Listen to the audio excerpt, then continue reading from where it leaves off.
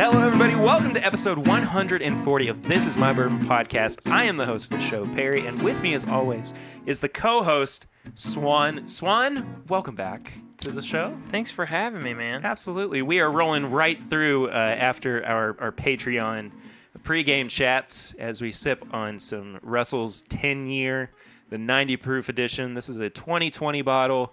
It's stupid good. Yeah, they're always solid. Yeah, absolutely. And this one in particular, I don't know what it is, but there is some really, really good stuff going on here. I mean, they upped their game with the small batch. They did. They did. They're putting out a lot of other good products. I think they just wanted to stand up. Yeah, absolutely. So there is no Flying Blind this week, as we normally do. Really, we're not even going to do the news. We're going to kind of do a bit of a trimmed down episode because I don't want to take too much time away from what everybody's here for. The main event, the main attraction, the interview with Jack Maxwell of Booze Traveler. We're going to get to that here in a little bit. But before we do, a couple of housekeeping things. If you have not yet subscribed to the podcast, please do that. You can do that right in app. Of course, if you could leave us a 5-star rating and review, that would be a great way to help the show out. Really bumps us up in the algorithm, shows up in the searches, all this, that, and the other. You always hear it when you listen to podcasts. I mean, it's it's just kind of a given that they're going to ask you to do something like that. But truly, it does help us. Every time that I ask, I feel like we see a little bit of a return on it, and I'll go in and search, and sure enough, it's popped up a little bit higher than it had been, say, the week prior. So we really do appreciate everybody who does go in and do that. You know what else I appreciate, Swan, is finding out what you have been drinking recently. Everything. I've been on a vacation, man. Just relaxing. Yeah, you've been chilling. Looking at the clock, thinking, it's 12 o'clock. It's late enough in the day. Pour me a little this, a little that. I've been having a ton of Fighting Cock age-dated. Nice. Yeah, that, and then saw where Elijah, or what was it? E.H. Taylor? E.H. Taylor won some stuff. So I've actually been I've been sipping on that a little bit. Yeah, man. I'm gonna steal a bit of a sample of that one from you. The E.H. Taylor Barrel Proof from, what is that, 2018? 2017. 2017. I believe so, yeah. Year we started the podcast. Mm-hmm. Coming up on 3 years, by the way. That's crazy. Oh, yeah. 150th episode going to be hitting. Before we know it, I hope the 150th isn't a banked episode. We'll just make it nuts. Yeah, for those of you who might be new to the show, my wife is approaching the 40-week mark of her pregnancy, so we are... Oh, by the way, thank you to everybody who is listening to the show for the first time. Maybe it's because you wanted to hear this interview with Jack, and we appreciate everybody who's here. But we're going to be banking a bunch of episodes. I'm trying to maintain the energy for them. So that, and I feel like at some point I'm just gonna be like, "Welcome to the podcast," but I gotta stay strong. It's gotta stay professional. Got to. Yeah. I have been revisiting, and this goes with a banked episode that we're gonna be touching on, recording later on. Actually, yeah. The old Ezra 7-year barrel proof. When I first opened this after I got it last weekend. Not the one we just came off of, but the one before.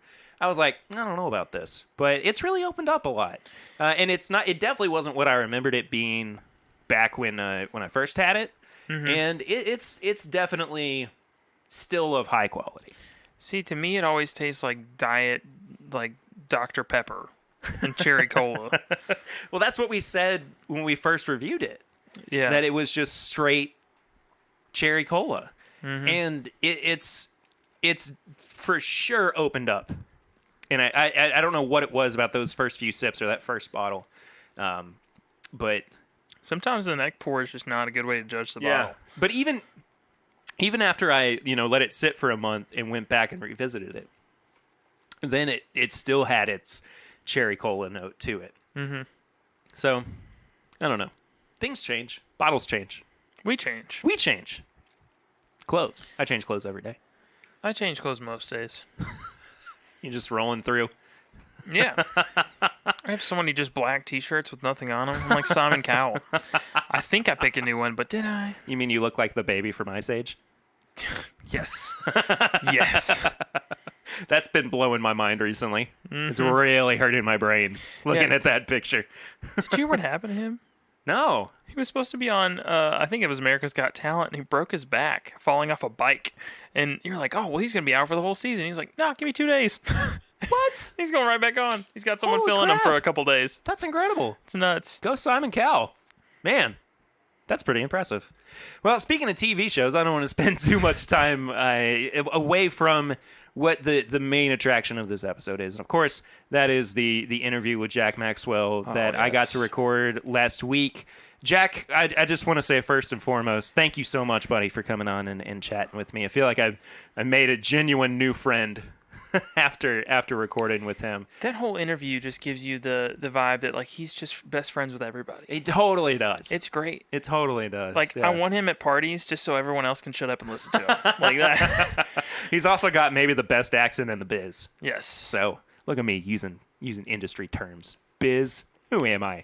I have one TV show host on the show, and all of a sudden I'm acting like I know what I'm talking about. He did. When we got over here, he had the little call card with the black checkered thing, and he's like, all right, Swan, shut up. Click. And then we started. Speed. Oh, man. Marker. Yep. We're going live in 3, 2. I just Now. pointed at Swan. So, yeah, Swan's heard the interview. I wanted you to kind of listen to it before we aired it for everybody, too. Yeah. He is just one, seriously, of the most genuine people that I feel like I've ever been able to meet. What's funny is that he has actually been to Lexington. He filmed a show in with some folks at a company in Lexington. And I can't remember if we talked about it in the interview or not. I don't think so. I don't think we it did might have got either. brought up briefly. Yeah. You know, the whole time I listened to this, I feel like their personalities would mesh well. I would really like for him to do something on meeting with master blenders instead of distillers. Oh, yeah. And absolutely. Could you imagine him and Dixon doing a series? Oh. I feel like there's two people that on this planet that could just have the same energy back to back, and it's them. Like they exude the same energy, but one is Southern charm, as one is like as East Coast as it gets. I mean, it's amazing. Well, if you guys have never ever heard Jack before or seen any of his show, pause the show, go listen to him talk, watch another an episode of Booze Traveler, something like that, because it really is such a fun watch. It's been one of my favorite shows for a while. Lucy introduced it to me and I was hooked. He's just I don't want to. I think we're just going to have to throw it to the interview. So everybody enjoy. We'll be back at the end for tips and bits and to wrap things up. It is an absolute pleasure and an honor to be able to welcome this guest onto the show. You know him as a TV host, personality, an actor, a sometimes guitar player on Twitter, and now a cancer fighter. Please welcome to the show, Jack Maxwell of Booze Traveler. Jack, thank you so much for sitting down with me. Thanks for having me, Perry. It's a pleasure. Absolutely. So I had the good fortune to get in contact with you initially back in March as coronavirus was hitting, and I followed up with you last week. It was a very quick turnaround for getting this interview together, getting the episode together. But I was able to send you samples too, sent you a couple of extra little goodies. Yes, thank you. Absolutely. You're so welcome. We try to be hospitable as much as we can. Speaking of goodies, I love that salsa. Oh my gosh, I'm glad you love it. That's a local one here, and that's nice. I like it. Little bit of a kick, little sweet. Absolutely. Good stuff. And Lucy said, why don't you get him the there's the sweet hot, and then there's the sweet hotter. She was like, get him the sweet hotter. He'll like a little bit extra kick to it. Sweet hotter, it is. That's my jam. I like it when it's hot. You know. Absolutely. What I do to my hair here, I got this weird haircut. That's how it is when you just get your haircut. That's how long did you go without a haircut before or during initial lockdown? Yeah, that's the thing. Maybe it just looks funny to me because it's been a long time. I was in quarantine, as we all were, And I should have just wore a hat. It just looks funny to me. Anyway, I think your hair looks great, man. Oh, thanks. Well, we're not here to talk about that. We're here to talk about bourbon. What do you got? What should we pour first? So let's start with the unnamed moonshine, unnamed source moonshine that I sent your way. 100 proof is sent by we'll say a local producer. I don't want to get too specific. I don't want to get anybody in trouble, but I'm excited for you to try this. This was it's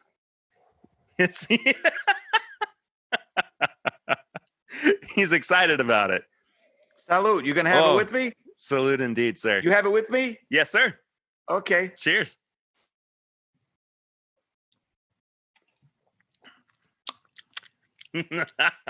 Woo. I still got half a shot left. I want to taste it first, but I'll finish it. That's okay. I'll finish it. There you go. I jumped a little ahead. I apologize. Ooh. It's hot. It's sweet. I mean, it's got a really nice balance for what could eventually become a bourbon. Is that a corn moonshine then? It is. Yes, sir. Yeah, I figured if it's going to be a bourbon, it's probably a corn moonshine, right? Absolutely. But that has some kick to it. It reminds me of the episode we shot in Tennessee. There was this guy with the long beard down there. His name was Gomer. That was really his name. And he took me to the into the woods where the still was, and how it blew up on his uncle and killed him, I remember that episode. Guy's eye or something like that. That reminds. They had some firewater corn moonshine too. That stuff's pretty strong. Wow. I remember that episode now. It took the being shot in the face and the explosion to remind me, but yeah, that's I remember. I'm gonna seal that one back up for a minute. It'll send your nose hairs. You won't be able to smell anything else. No, it was good. I was blessed enough to try a lot of strong drinks around the world. I tried a thing called Zalgiris in Lithuania. Okay. That's anywhere between 70 and 90%, not proof, percent alcohol. Ooh. Probably the strongest I've ever tried. That's really a drink. The way absolutely. It is. It's got all this tree root and herbs and everything else in there. Yeah. But it was you can't even take it on the plane. It's so flammable. Yeah, so, that's the hazmat edition of our spirits. So this is like a vanilla shake compared to that stuff. There's only 50% alcohol, right? 100 proof. Yeah, exactly. Is that what you said? That's what I said. Yes, sir. So whoever makes that for you, good job. We won't name names. We cannot name names here. Okay. So I want to, I of course, get our first bourbon poured here. This is an Elijah Craig single barrel pick. Yes, sir, that one. And that was a pick that I was fortunate enough to go on with a group of guys from North Carolina. It was the very last barrel pick I went on before lockdown happened, before everything got shut down. Got a couple of bottles from it. I know that they would have been interested to hear what you had to say about it too. So I sent a sample of that your way. Oh, Elijah Craig doesn't care what I say. Now, I'm no bourbon expert for sure, but wasn't he the first one to age his bourbon in charred barrels, or one of the first? Exactly. Yeah. Sure. You don't sell yourself short there, Jack. I'm more drinker than historian, but I appreciate the history. All right. How much should we do here, my friend? Oh, I did maybe an ounce or so. So yeah, about that much. Yeah. Now that I think of it, I'll put it in the clear one, like I should have with the moonshine, so people don't think I'm cheating. I didn't think you were cheating. I think you know me better than that.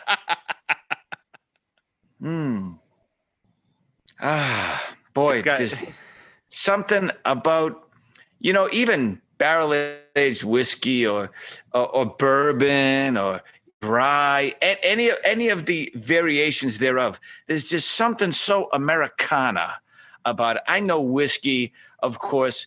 Ireland is known for whiskey and Scotland for Scotch, but bourbon is pure Americana. Absolutely. I love the story behind it. You know, how Washington, President of Washington, for the first time in this young country's history, turned federal troops against its own citizens. And the taxmen, the collectors, came to get the money, and the makers of the alcohol said, no way. And they went south until they found some good limestone, could make some good good whiskey. And they stopped in Kentucky and Tennessee, I believe. But it's just a great story. Oh, absolutely. And one of the, first off, yes, cheers. Here's to it. Here's to Cheers American. indeed. Yes, sir. American ingenuity.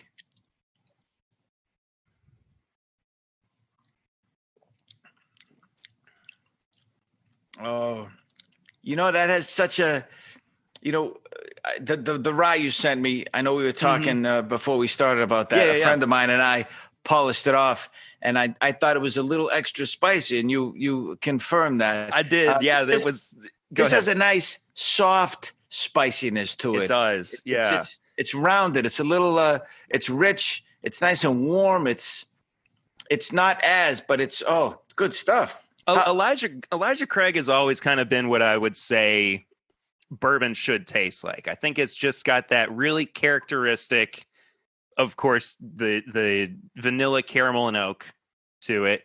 But then it gets layered with the spices without being overpowering. It's really an inviting bourbon. And I think it's one of those that kind of, you know, if you start with your Jim Beams, even if you start with your Jack Daniels, it's a good stepping stone up towards, you know, once you kind of dip your toes into the field, and once you start to even experience and experiment with the higher proof products as well, which we'll get to. I sent you an awfully high proof one in there too. I'm ready to go. I roll up my sleeves, and we'll do it. But no, I like this Elijah Craig. This is nice. Yeah. And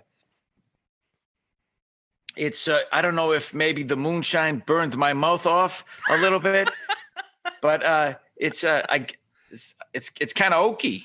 It is, absolutely, yeah. And if I remember correctly, this was I think it was a 9-year barrel that had been sitting in Bardstown, Kentucky, and it's a solid pick. We deliberated on it for a while, but once it got down to it, and we talked about what would be the crowd pleaser once it got dropped down to the 94 from the whatever it was, like 125, 130 proof out of the barrel. We all just were like, this is it. People are going to flock to this. So I'm happy you enjoy it. We'll pass your thoughts along to them as well. And hopefully they'll listen to the episode. Please do. Yeah. They're the experts. I'm just a mere enjoyer of their wonderful craftsmanship. So you, of course, and I definitely want to spend a good chunk of time talking about this. We'll come and go in and out of it, I'm sure. But sure. Booze Traveler, man. Booze Traveler has been one of mine and Lucy's go-to shows, favorite shows for a long time now. And you did 4 seasons of it, 60 episodes. Like you said, you got to travel all the way around the world, meet incredible people, drink incredible spirits, and just craft alcohol. And how did that, first off, for people who might not know you, I would say talk a little bit about your experience leading up to that. What kind of got you into that world, and what was your experience with Booze Traveler as well? And how incredible was it to get to go and see the world through the eyes of beer goggles? Easily the most amazing 4 years of my life. You know, like you say, we did 63 episodes of Booze Traveler and 10 of a show called Best Bars, which was all domestic. But Booze Traveler was mostly international. We did some domestic. So for me, to be able to travel, to see the world, to go to somewhere between 50 and 60 countries, 6 continents, and it was always about the people and the experiences. When I came back, people would say, "Whoa, tell me about the Eiffel Tower or the London Dungeon or the wherever you went, the Gobi Desert. Tell me about all these wonderful." And it was always about the people. I said, well, at the Eiffel Tower, I met this couple. Or in the Gobi Desert, I hung with this family, these nomads, these Mongolian nomads that just pick up and move. And it was just always that. So the drinks really just got us into the scene. I was never a drink expert. I've pulled a few corks in my day, don't get me wrong. And I grew up shining shoes in South Boston, which probably had more bars per capita on Broadway than any place I've ever been, for sure. So I always knew what alcohol was and what it did to people. It had this magical socializing effect, as we say. Sure. But it was fascinating to me, the commonalities we have, because it's easy to say, oh, sure, you have differences. You're in Japan with sumo wrestlers. They barely speak English. They get treated like deities, like gods. They're the superstars there. And they're down to earth and they have a sense of humor. But you see how they get sometimes possessive or competitive with each other. And there's a lot of the characteristics that I see here with some friends or athletes and things like that. It's what I'm trying to say is, it's easy to say, of course, we have differences, but it was just so wonderful to see all the commonalities we had. You know, we all love to laugh and enjoy each other's company. Absolutely. And we like to make other people laugh. Wherever I went, it was always an honor they felt when they got me to laugh about something. And I'm an easy audience. I laugh at anything. Sure. But it was so fun to be able to have that, even when they didn't speak English as a first language or English at all. Sometimes it was all through translation, and it was just a wonderful, joyous experience. And so it was, yes, about what people drank, why they drank it, and then listening to the stories they tell when they do, of course. But it was really about them and their culture and how alcohol played a small but significant part in it. I think that's a lot of what we in the bourbon community too, in the whiskey community here in the States, really kind of have latched onto. And I don't know how familiar you are with the bourbon scene across the States, but we all are just there for each other. I mean, it's just this huge community of people who want to support each other, and they want to share. Say, you know, you've got a bottle that you've been searching for forever, and you just kind of throw out I'd love to get a sample of this, or does anybody have something that I can try from this? And, you know, you'll have responses from 50 different people from 50 different states responding to you and saying, well, I'll send you this. I'd be happy to send this to you. And, you know, then those little relationships start and they become big relationships. And then you start, you know, having people coming over to your house and spending the weekend with you. You wind up going on big trips with them and going to distilleries and just really becoming a part of each other's lives. And the fact that it all came from bourbon is so cool. And it's, you're right. It is a tribute to that kind of American spirit. You know? We have such a fear sometimes of the other, that we might be either different or thought of as different, which is why a lot of us like to join clubs or make up clubs or fraternities, tribes. And it's so nice when you find your tribe, whether it's a bunch of stamp collectors or a card playing group playing bridge, or bourbon lovers or athletes, Facebook group. I just think we have a natural inclination to bond together with people that we have things in common with. And I'm not saying it's a bad thing. The problem for me is when we say, okay, we got this, those guys are wrong. Those guys are bad. And it's so divisive, especially now with politics and everything else. Yeah, of course. And I don't know what's going to solve that. Maybe, you know, by the turn of the next year, 2021, maybe we'll come together, hopefully. But the idea is around the world, people want to welcome you. They want to have a drink with you. It's this idea that if you sit down with someone, they offer you a drink or you accept having a drink with them, it's more than a handshake. It's this big liquid hug Absolutely. that says, okay, we're cool. We're in this group. I offered to sit down with you and have a drink. You poured me a drink. Let's have a good time. Let's exchange stories or what we love about life or what we don't. It's just such a wonderfully social thing to do. And around the world, it's not about getting shit-faced or fall down drunk. Yeah, of course. It's more celebratory and more social than I think we like to give it credit for. You know, I've seen binge drinking, of course, around the world, especially here in the States, college frats and everything else. But for the most part, it's really a thing to be celebrated or to use for celebration. And that's something that we also have to be very aware of too. What is our relationship with alcohol like? You know, and I think that it's easy to say, well, this is my hobby, or this is what I'm, you know, investing my time and my money and my relationships in everything. But, you know, you do have to kind of step back a little bit and say, is this healthy for me?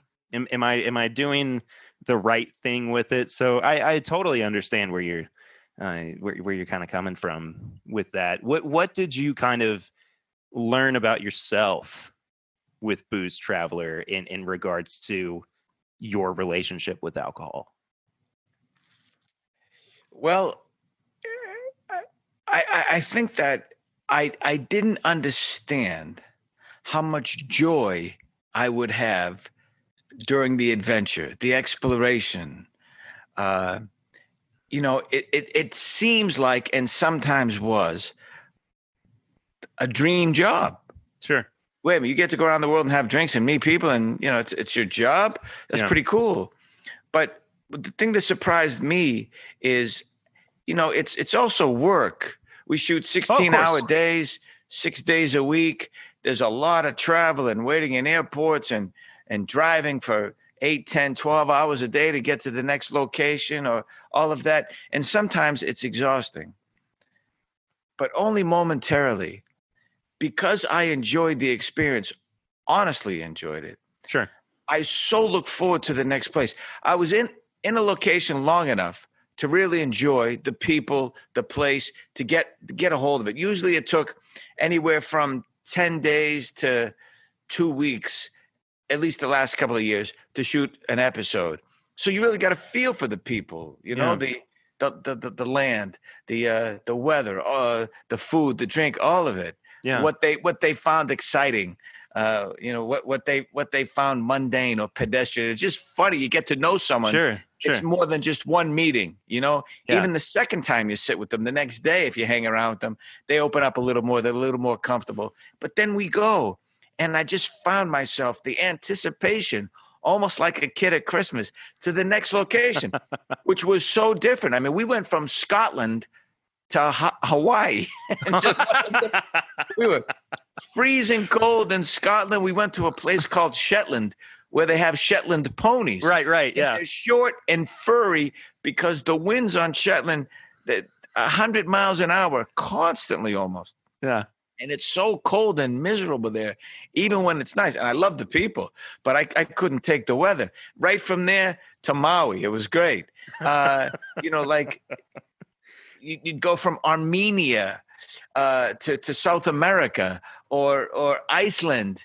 I guess season 1 was Turkey, Iceland, Spain, Austria, Peru, Mongolia, Japan, Nepal, Lithuania, Armenia, the Netherlands, South Africa, Belize, and a couple of domestic episodes. And I might be leaving something out.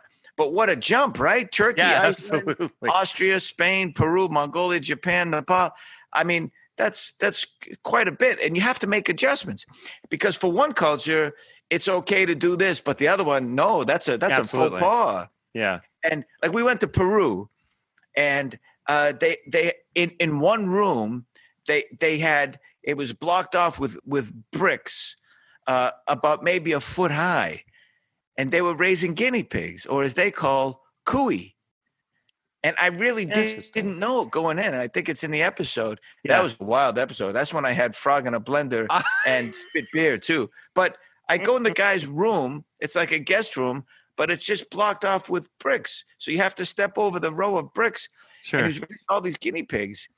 And I said, well, what are those for? He says, dinner. He picks one up and he says, I do like this, but he doesn't do it. He just motions. Sure. That he just pulled the head and snapped the neck. Right. And I didn't want to see him do that. I know it has to be I don't blame you. in order for them to have the meal. But when the thing came out of the oven, I mean, he puts it in whole and it's like this. Oh. And it has fur on it and nails and teeth. So they have to scrape it off. Then they slice the stomach and put rosemary in there. And you eat that with the potatoes. And even things like that might be different or even shocking to us here who don't generally do Absolutely. that. It was such a joy to experience their culture. Now, if I went to a Peruvian restaurant, that's not the first thing I would order, but it would remind me of a wonderful time of this great, warm, friendly family who couldn't wait to share their culture and their drinks with me.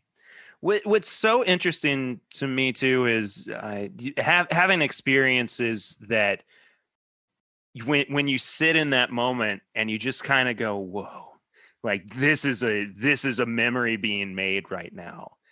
And I know that feeling of coming off of that and coming back home and going, what's next? That interim between seasons, were you feeling that once season 4 was over too? Were you going, well, what's next? I know that, like you were saying, season 4 took a little bit longer for you to film, and we'll touch on that, of course, here in a bit. But were you looking forward to the next big thing, the next experience, the memories that were going to be made, or what was your level of contentness on the opposite side of that? Yeah, it was still really exciting, although I had a lot going on. Between season 3 and season 4, there wasn't much of a break because that's when I filmed the other show, Booze, Travel, the Best Bars. Mm-hmm. And so kind of we rolled right into season 4. So at the end of season 4, I was ready for a break. But it just so happens during the hiatus, I had to go into chemo because I was diagnosed with non-Hodgkin's lymphoma. And it was during the chemo process that Travel Channel went in a different direction with their formatting. They went a little more ghosty, a little more paranormal. So they moved a few shows off the schedule, and I was one of them. It's unfortunate that was the case, and that's been a sore spot for Lucy and myself too. That the channel itself changed to a not so travel based travel channel. Yeah, I don't understand that from a format perspective. I don't either. It's like when History Channel wasn't doing any history, but I guess what's in the name? It's about being successful. Sure. And I think from what I understand from my friends still over there, that it's successful. They have more people watching this than they did before. I mean, I think they have more eyeballs on it, and it's about ad revenue and things like that. I don't blame them. I'm not bitter. It's certainly off message, I suppose, off brand, but maybe this is their brand now. They even went to TRVL, and I have nothing bad to say about Travel Channel. It was a great 4 years, and I'm very grateful. But they do have a lot more, let's say, go shows than they used to. That is true. That is very true. It's hard to look through their programming schedule and not see it, but it does kind of sound like I'm into a different kind of spirits, I guess, Perry. Yay. We got there finally. Speaking of spirits, why don't we move on to the next pour? Yeah. Does that sound good by you? So we'll go with this vintage Jim Beam, which I am very excited for you to try. This really? From 1979? 1979, yes, sir. Let's show that. Yeah. So this is, as you can see on the video, for those who are watching the video, it's an 11-year bottled and bond from Jim Beam. It was put in a decanter, and it basically sat in that decanter from 1979 until Thursday of last week, when I dumped it from the bottle, and it had not lost any of the bourbon to evaporation. It was a perfect 750 mil fill level. No kidding. Clear and as clean as could be. It just absolutely blew me away when I dumped it out. And I haven't had too many older beams of this age. So when I say that, I mean like dusty ones that have been 11 years, and really of this proof. So Bottled and Bond being 100 proof, this was one of the only ones that I've had at this proof point and at this age. So I'm curious to find out what your experience with this one is. Do you have much experience with say vintage whiskeys? Well, I suppose the greatest example of that would be when I was at the Macallan Estate in Scotland. Right. I tried a Scotch that was I don't want to call it. I don't know what the proper terminology is. Not a combination but a blend. A blend, yeah. Of Scotches from 1941 to 1991. Oh my gosh! And that's incredible. This is how incredible it was. Right before that, a 6-liter decanter of the stuff went for $650,000 US, something like that. So they gave me a shot of it. Sure. They weren't going to, but I became friendly with the guy who was in the scene with me, and he poured it. And the executives all went like this. Ugh. So, and I knew they were going to ask for it back because it's so expensive. So immediately, I just touched my lips to it so we could still film, And but oh my goodness, it was so great. Although at the end, I gotta say, I felt a little guilty. I mean, I swallowed a Buick. I mean, that's a lot of money for that ounce, or what it was. So as far as vintage, I guess that's my top story. Sure, yeah. Those experiences are so great too. Getting to taste the whiskeys of old and getting to experience things that our ancestors were drinking. Salud. Salud, sir.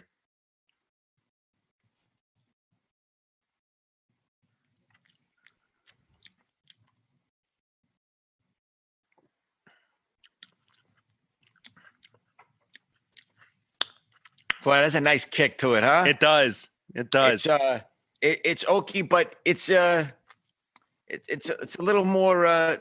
Is it sweeter? I mean, you could taste the oak, but it's. I think because it is what it is. Although it's spicy, it's like 80% corn or something like that.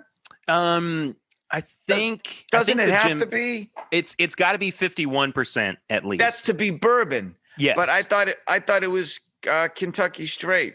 No, Kentucky straight means that it's at least 2 years old. But I thought this was Kentucky straight and 80% because of the Bottled and Bond. No. So Bottled and Bond means that it's got to be 4 years old and 100 proof. It doesn't have to do with the mash bill. Jim Beam, I think, is 78% corn. If I'm remembering correctly, I'd have to look it up or fact check it. But no, Bottled and Bond's at least 4 years old. One distilling season, 100 proof. One distiller at one distillery, federally bonded warehouses. It's the whole rigmarole that truly saved bourbon. Someone was telling me, I was going to look it up here, that this particular one, the old one, maybe they had one that was sure. It was happened to be 80% bourbon, but in any event, wow. I mean, first of all, thank you for sharing the good stuff. Welcome. With me. You're very welcome. This was kind of a surprise. A friend of mine sent this to me It's certainly more oaky than the Elijah Craig. Absolutely. Well, I mean, it's 8 or 9 year old single barrel to an 11-year-old smaller blend for this Bottled and Bond product. Sure, but it doesn't. I mean, you still get some of the notes, but it's more oaky than it is vanilla or caramel, right? Absolutely, and that spice kick at the back of your palate too. Oh, sure, yeah. I mean, It Much punches more well spicy above than its weight. Elijah Craig, for Yes. sure. Absolutely. That was a little softer. Mm-hmm. I agree. You got to ease into the, some of the higher proof stuff, of course, or I like to at least. So I want to talk to about the end of your run with Booze Traveler and the major life change that came for you sure. shortly thereafter. As you were saying, you'd been diagnosed with cancer. You were having to undergo chemotherapy. Initially, what did your brain do? I mean, was it a total 180 for you in terms of, well, things are completely different from here on out, or were you just ready to roll with the punches and see what was going to happen to you? Yeah, I don't think I'm that smart. I just said, okay, I got cancer. Let's get over it and get back on the road. Yeah. And I have to say, having done 4 seasons and seeing what life is like around the world, the social differences, the economic differences, religious differences, all of it, just the geographical.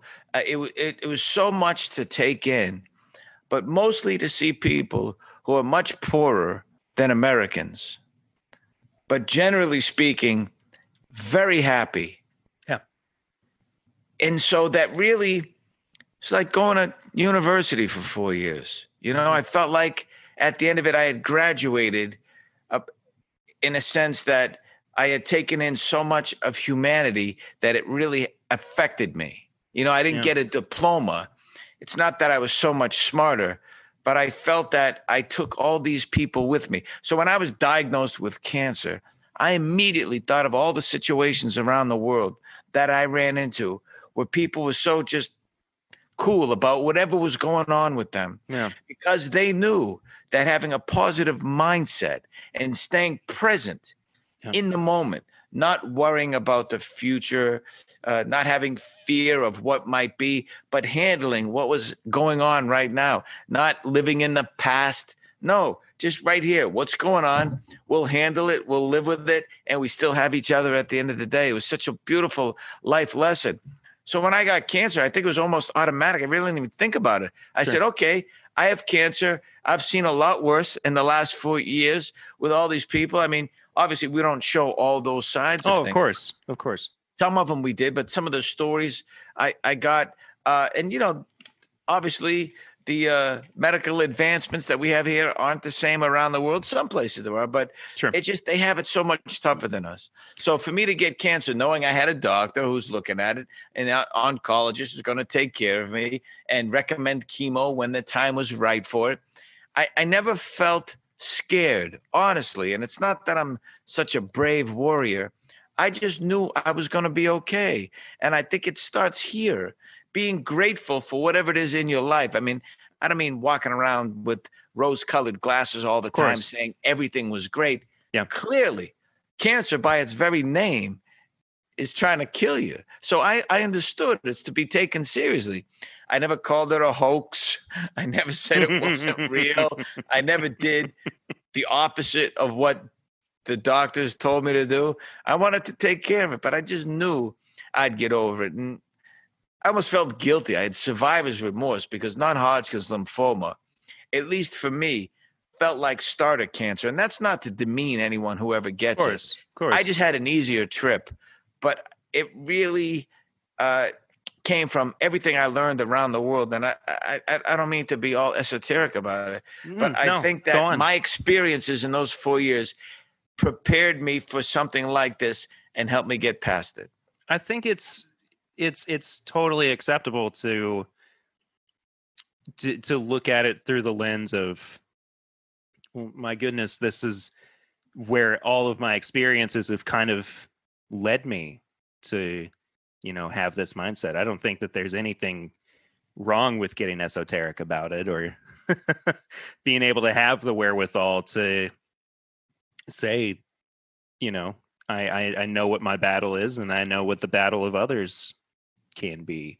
So I applaud you for that. I think that's a really beautiful way of looking at it. And it's great to definitely see you on the other side of that too. I mean, there's so many different facets in our lives that become part of our stories. And to be able to sit down with you and share bourbon and hear that part of your story, all I can do is say cheers to you, my friend, because that's quite wonderful. Absolutely. Cheers to you. Cheers to you. Mm-hmm. So I don't want to dwell too much on the cancer side of. Oh, we can talk about whatever you want to. It's your show. Yeah. I appreciate that. I do want to touch on something though that you were saying about not showing all sides of the folks that you met or the communities that you met. I would love to see the booze traveler behind the scenes or a book written about it too. Is that something that's in your future, do you think? I suppose if there was enough interest, I would do that. I get a lot of requests for a coffee table book because sure. But I think with the internet now, you could surf the internet and get much greater photos, really touched up, nice filtered photos. But mine would come with the stories that of course occurred within the picture. And I suppose if I was smart, I would have had someone filming, at least on my phone, a kind of a behind the scenes thing. Sure. I think that would be nice to have now. But the show is nice to have. I can go back and look at any of the episodes. But there's this one story that would have been tons of stories that would have been great. But one came to mind when I was talking about how people around the world are poor. We were in South Africa, and we were filming with Zulus. Oh wow! And it was great. Yeah. And there was about, I don't know, maybe 100 yards from where we were filming, 50 yards, where there's a little kid, and he had a soccer ball and a dog. But the soccer ball was kind of flat. Mm-hmm. But he was still kicking it around and petting his dog and then kicking him. And it just was fascinating to me. So I went down and was talking to him. I asked somebody to come with me so they could translate. And he was so joyful and he was smiling. It was just really great. And he was dressed like we were dressed. He wasn't in the traditional Zulu attire. Right. That's mostly ceremonial anyway nowadays, at least where I was. Sure. And there was rows and rows of corrugated tin shacks where they lived. And I felt so badly for that because it gets so hot and, a lot of people are crammed in there. But this for me, but what do I know? They have found joy in their situation and they have a wonderful sense of community. At least these people I met. I'm not trying to undermine what they're going through or trivialize it. Yeah. I mean, it's hey, I grew up in the projects. We were all jammed up together too. Not as bad as corrugated tin shacks, sure. But at least I understood that you had people around so you could socialize. Of course, then you had to get along with those people. Right. But they were joyful, the Zulus we were filming with. But the little kid, I'll never forget this. At the end of the conversation, because I felt badly for him and his family and the situation, I just wanted to do something, but I had to get back to film, right? Yeah, so we had a little break. Maybe they were changing the battery in the camera or resetting the scene or whatever it was. And so I gave him some rand, which is the money there, right? Used to be Kruger rand. Now it's just called rand. Right. And it was maybe equivalent to, I don't know, $20 US or something like that.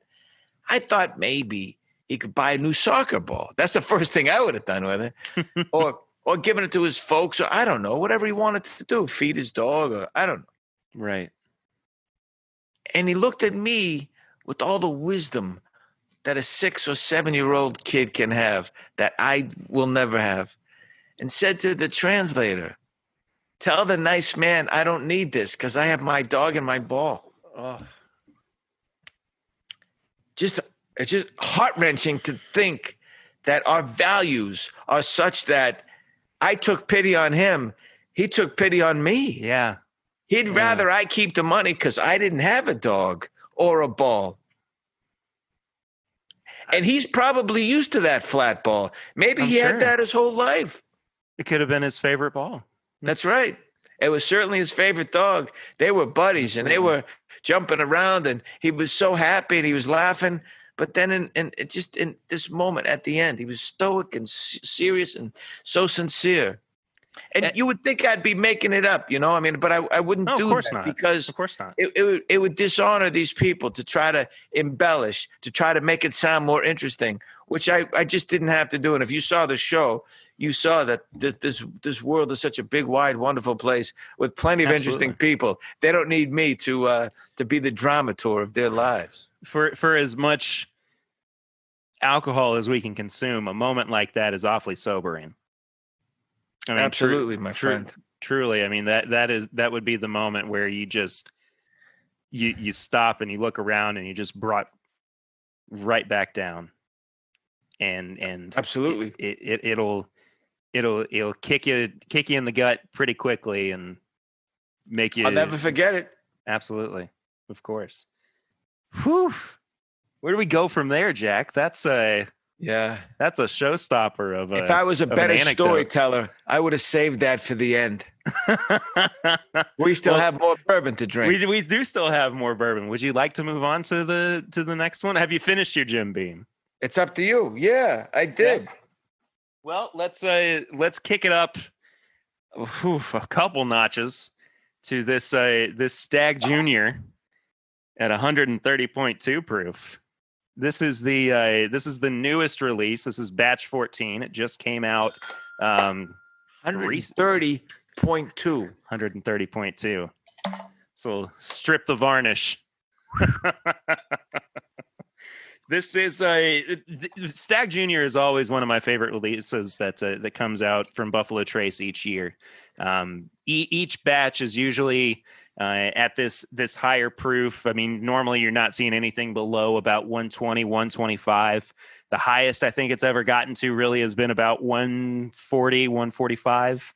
But it's been consistently good. It's been a consistent crowd pleaser. But it's not new. Is it 8 years? This is about 8 or 9 years old. Yes. Yeah. I mean, it's not like White Lightning. I mean, exactly. It's not the moonshine that you had earlier. Right. But this is like to look at it. It's so beautifully golden. Oh, absolutely.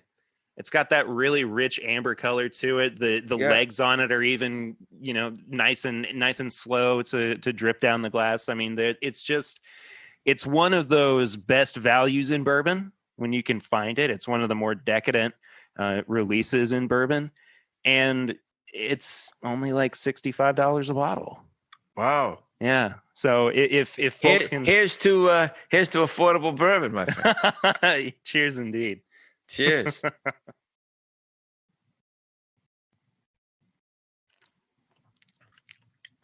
Oh, I'm going back for more. That's nice. Oh, yes. Doesn't drink like 130 proof up front.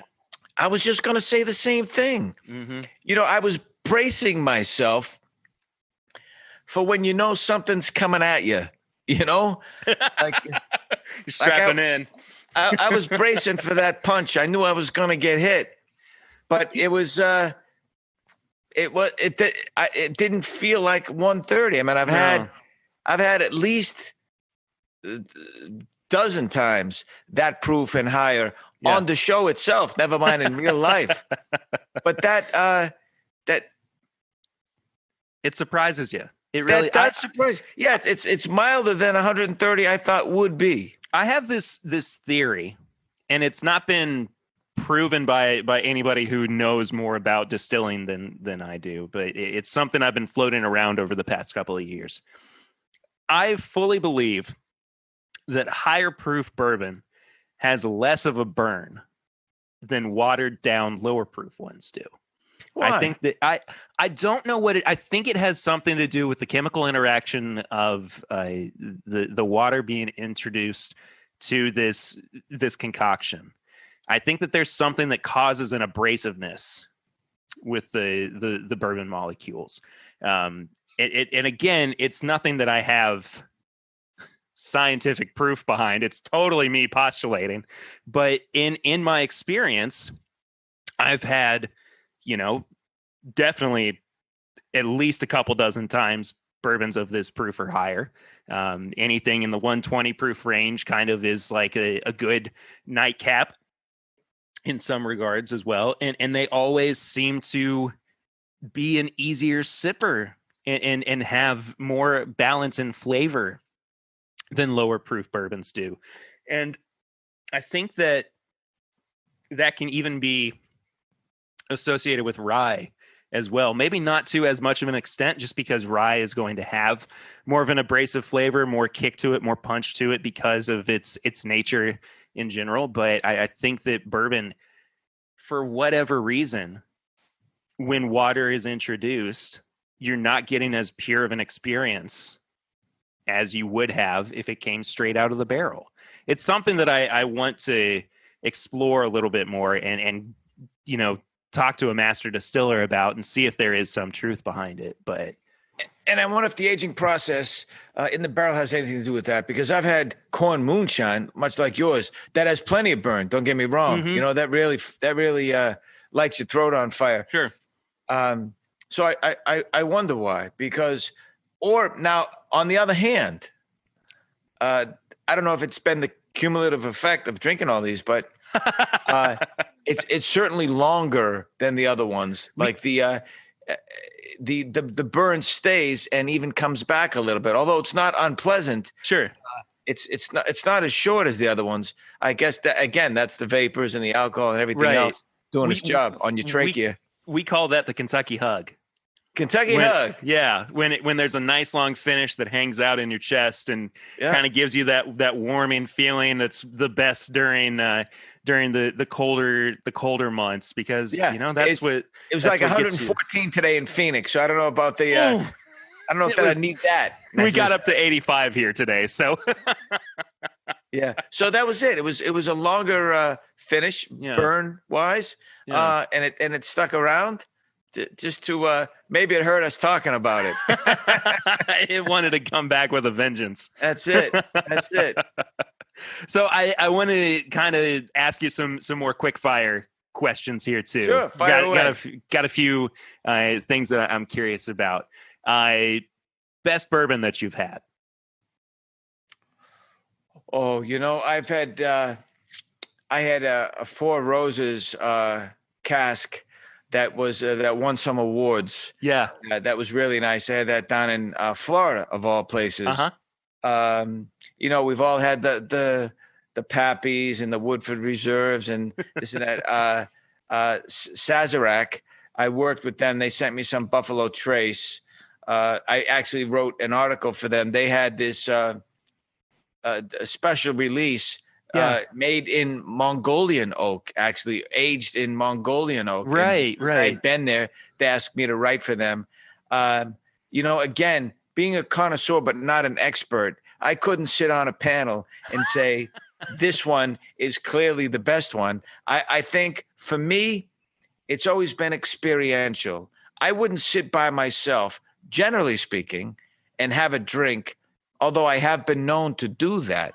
But I think who you're with and what you're doing just makes it taste better. So I could have a cheaper bourbon with friends having a good time that tastes better to me than a $100 or $150 bottle of bourbon, honestly.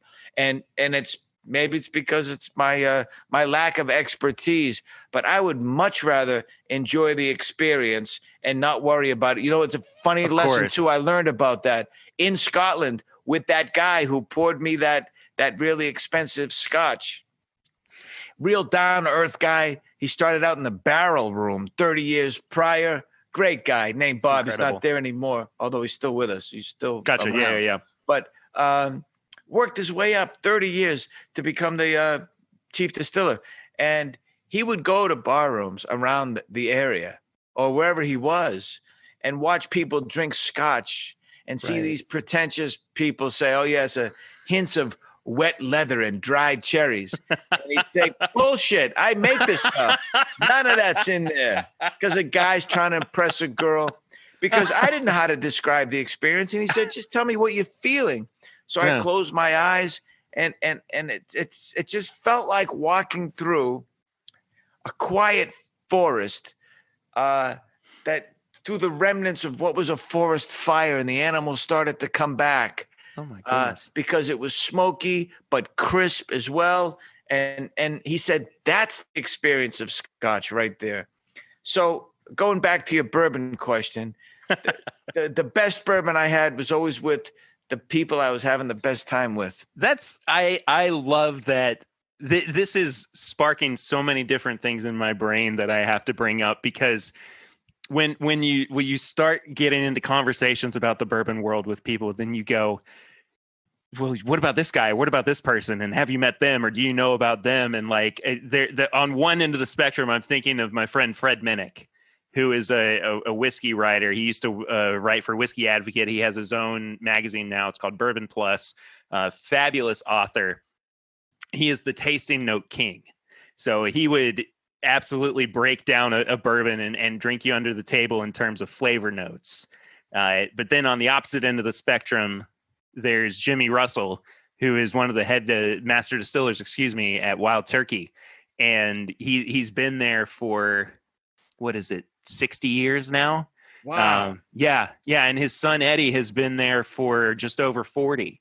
And there's this story of Jimmy being at a tasting for Wild Turkey, and the leader of the tastings up front with this group of people, and he's going, you can get notes of maple syrup, and you can find the dry cherries and, some cardamom or whatever in it. And Jimmy's in the back of the room laughing. And Dave Pickrell, who was the master distiller for Whistle Pig, was sitting next to him, and he looks at Jimmy and he goes, what's so funny? And Jimmy goes, well, I didn't put any of that shit in my bourbon. And there's just two guys in the back of the room just cackling, and the entire tasting room is just turning around going, who's doing that back there?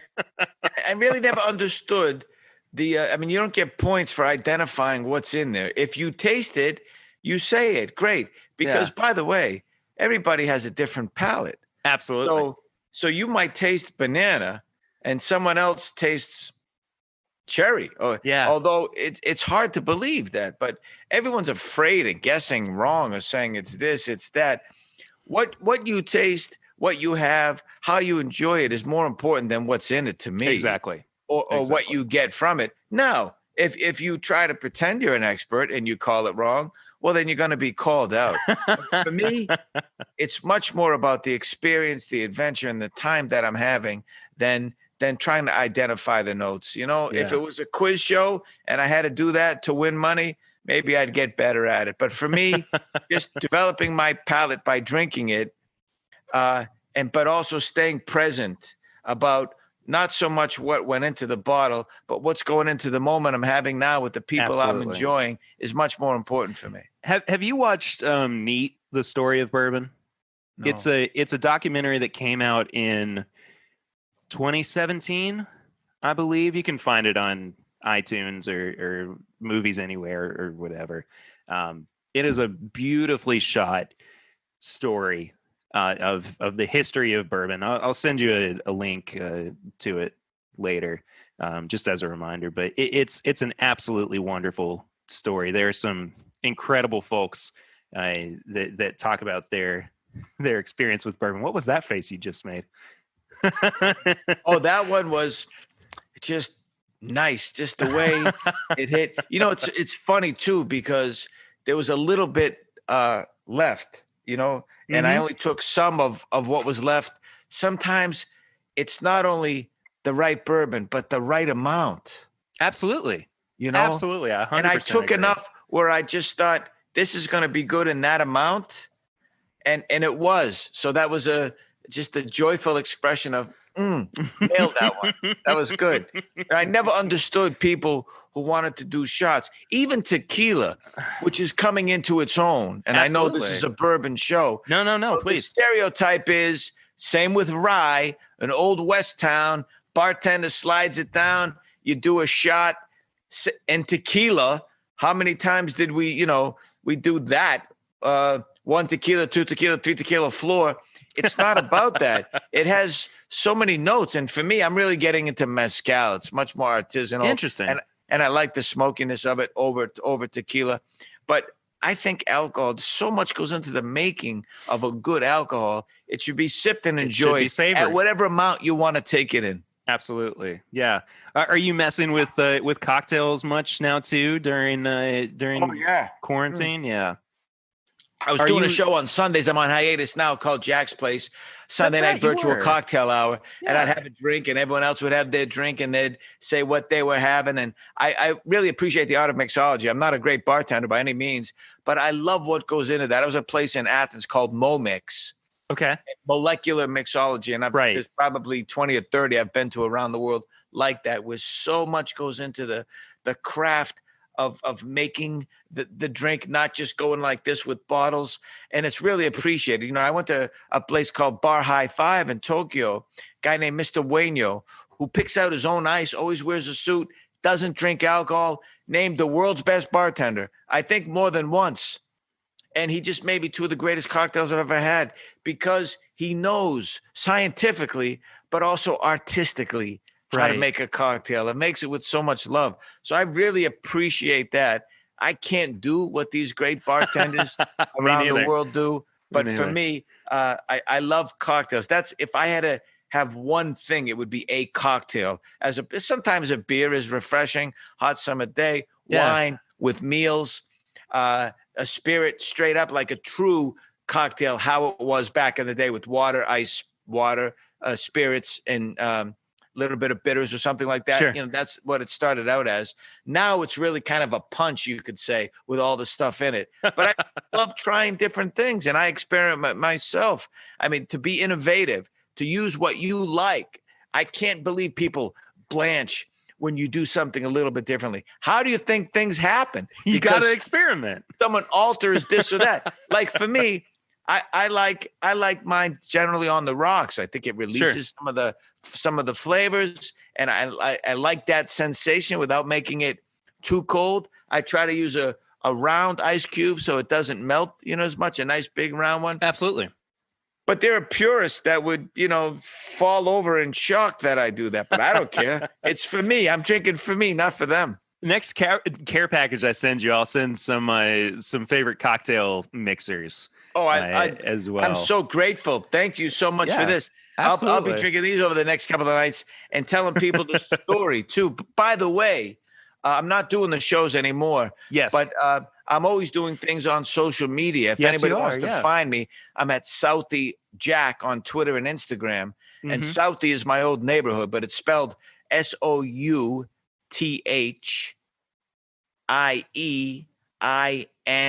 Southie Inc. at not at AOL. Interesting. That's emails. Southie Inc. Excuse me. That's my email address. Southie Jack is what I go by. Do you need me to SOUTHIEJACK on Twitter and Instagram. You need me to bleep out your email address? Oh, I don't care. So what? Do you want to write back to you? Doesn't matter. You're very responsive via email. I mean, you have been very quick to get back with me as well. So why wouldn't I? I never understood that. It's real funny because I started out 20 plus years ago acting, and hosting keeps coming around. But primarily, I would say I've spent more time being an actor than a host. But I never understood, even in circles that I would run in, people when they ascended, when they were the ping pong balls that were drawn out for the lottery. Very few, by the way. But some of them, they act so differently. Sure. Because now that they've made it, and again, very few. I could count on one hand of all the people I met in the 20 plus years. But I never understood that because someone is on television or has money or is in a movie with someone famous or a play with someone famous, that they all of a sudden treat others less than. I could never understand that at all. So when you reached out and you said, hey, I'm a bourbon guy, you want to do a podcast? Absolutely. And the fact that I was able to send you stuff too to try. That was a plus, but I would have done it anyway. Look, man, like I was saying, we are hospitable to a fault in the South, and I wanted to make sure that you had something that we could enjoy together. These were things that I had been enjoying recently as well and thinking about. And it's a great idea. Thank you. Yeah, absolutely. And in the future, I'll send you some more stuff. I mean, why the heck not? If there's something that I want you to experience. You have my address. I do indeed. You know where to find me. And I guess you know where to find me too now. So, right. Hey, Jack Maxwell, you have been a wonderful guest on the show. Thank you so much for hanging out with me for a bit, sipping on some great bourbons, talking about your experiences, not just with Booze Traveler, but just your story as a person. I really do appreciate you, man. This has been a great time, and I hope to be able to sit down with you in person once things clear up. And maybe we'll get to actually share a couple drinks together. And some more stories. That would be great. And it was more stories. It was indeed. a real pleasure, Perry. I mean, you love bourbon, and you're a great host. And it was a pleasure being with you. Thanks for having me. Absolutely, Jack. Thank you. And thanks for all the good bourbon. Oh, hey, man. And as I said too, more to come. Great. Talk to you soon. You too, buddy. So once again, I cannot say thank you enough to Jack for hopping on the show with me.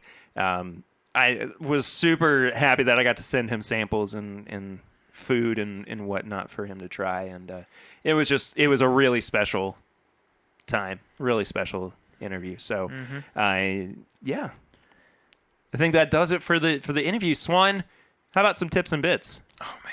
So for anybody who's new to the show, this is where we recommend things for people to watch, listen to, try. It's not always bourbon. Sometimes it's, music or another podcast or something like that. I've got a good amount of tips and bits this week. I'm going to save them. It's a good thing we're banking a bunch of episodes. Yeah. Have you ever watched The Good Place? Oh, of course. I finally watched it. Oh, really? Yes. I haven't finished the last season yet. So I will say that, you get probably about 3 or 4 episodes in, and it's kind of just like The Office and Parks and Rec, where you're halfway through the first season, you're like, man, this is a time investment that is not paying off. And then the twist. The twist. And then it is just this wonderful display of confusion for 3 seasons. And, I mean, it's a really fun show. Honestly, it's like the other two that I mentioned. It's all about character development for that first little bit, and then after that, it's just an explosion of comedy and ridiculousnly. Yeah. It's definitely worth watching. Absolutely. Speaking of things that we watched for the first time, Popstar, Never Stop, Never Stopping, with Andy Samberg. It's a Lonely Island movie. I've never seen it. Dude. I need to. That sounds great. Phenomenal. It's a mockumentary kind of thing. Oh, yeah. And I expect nothing less from Andy Samberg. It's bonkers, but it is so fun. I mean, it is Andy Samberg at the top of his, Andy Sambergness, and it's beautiful. It's so good. So the whole mockumentary is just Cool Beans level Andy Samberg? Yeah, it's about that. Okay. If you're a fan of Hot Rod and the other work that he's done, you're absolutely going to love this movie. Oh yeah, I thought he was brilliant in it. And actually, I'll go ahead and throw this one in the mix too because it fits. Right after we watched Popstar, we watched Palm Springs, which is the movie that he did that was released on Hulu with Kristen Milioti, who was the mother on How I Met Your Mother. And by the way, she is not given enough credit for her acting chops. Mm-hmm. She is phenomenal. She did not get the amount of time that she deserved on How I Met Your Mother. That's a whole different conversation. But she is a powerhouse in that movie and delivers just an incredible performance. Do you know anything about the movie? No. So basically, what happens is it's kind of a Groundhog Day ripoff. Mm-hmm. Where it's just the same day on a loop, and they're constantly having to start this. Her sister's getting married, so it's the same wedding day over and over and over again. Yeah, and they're trying to figure out how to make it stop. It's got a little bit more behind it. I feel like it has a little bit more gravitas to it, and a little bit more reason to it than Groundhog Day did. And I like Groundhog Day. It's not a bad movie by any means. I think that's they set the premise. Yeah, absolutely. Yeah, and people are allowed to expound on it or do what they wish at any point. But it's a lot of fun. I enjoyed it quite a bit. So that's it. That's this week's show. That's it, man. We that basically took us a whole 15 minutes to record. Yeah, it's not bad at all. Well, thank you all so much for listening this week, as you always do, or as you might have just started. We really do appreciate it. Swan, where can people find you on social media? I'm at My Bourbon Finder on Instagram and Facebook. I had to think about that for a second. I've not even had that much to drink. Maybe I need more to drink when I do this. There we go. Yeah. There we go. Well, if you want to follow me personally, I am at PRitter1492 on all social media channels. You can find the show itself at My Bourbon Pod on Instagram, Facebook, and Twitter. You can leave us a 5-star rating and review. I said that weird, review on the iTunes podcast app, or really wherever you get your podcasts. And if you do just that, we'll read them out here on the show, because we really do appreciate everybody who leaves us a nice little review. And this week, we don't have a new review. So hopefully next week, if you guys are able to, please drop one, and we'll definitely read it out on the show. You can find all of our apparel and merchandise at bourbonshop.threadless.com. We have new things up there at the moment, such as masks. So if you want a logo of the podcast logo on a mask, or any of our other designs, you can find them, once again, at bourbonshop.threadless.com. I'm trying to get some glassware worked up as well. I know I keep talking about it, but we're going to find a way to make that happen. Be there eventually. One day. Hey, I also go live every Thursday evening at youtube.com/thismybourbonpodcast at 8:30 p.m. Eastern Time.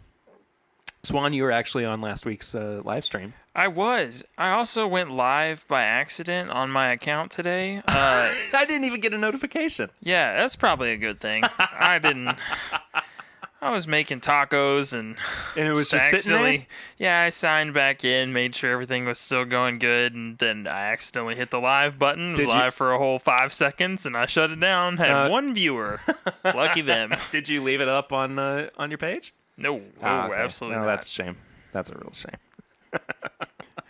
You can also become a part of our Facebook group. You just head to facebook.com and search for This Is My Bourbon Group. Just a couple of questions for you to answer, and then you can become a part of a really great community. That's where we ask our listeners of the show for questions for our Patreon pregame chats, which drop every Tuesday before the main episode comes out on Wednesday. And that's also where you can find The Last Call, which, let me tell you, is a heck of a good time. I mean, I just played Swan, the final edited version of the Last Call from a couple weeks ago. If you ever need an example of somebody having too much fun with something, that's it.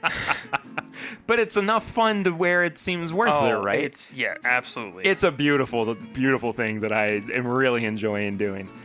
And speaking of Patreon, you can become a supporter of the show at patreon.com/mybourbonpodcast for as little as $1 a month. And for as little as $5 a month, that's where you will find all the bonus content like those pregame chats and the Last Call. Swan, why don't we thank one of our patrons this week? Yeah, who we got this week? Well, this week, if I can get my throat cleared properly, we are going to be thanking Anthony Ratcliffe, who is at that $5 level where he gets all the bonus content. He's been a supporter of the show since 2018. Anthony, thank you so much, man. We appreciate you. And everybody, of course, who helps keep the show going.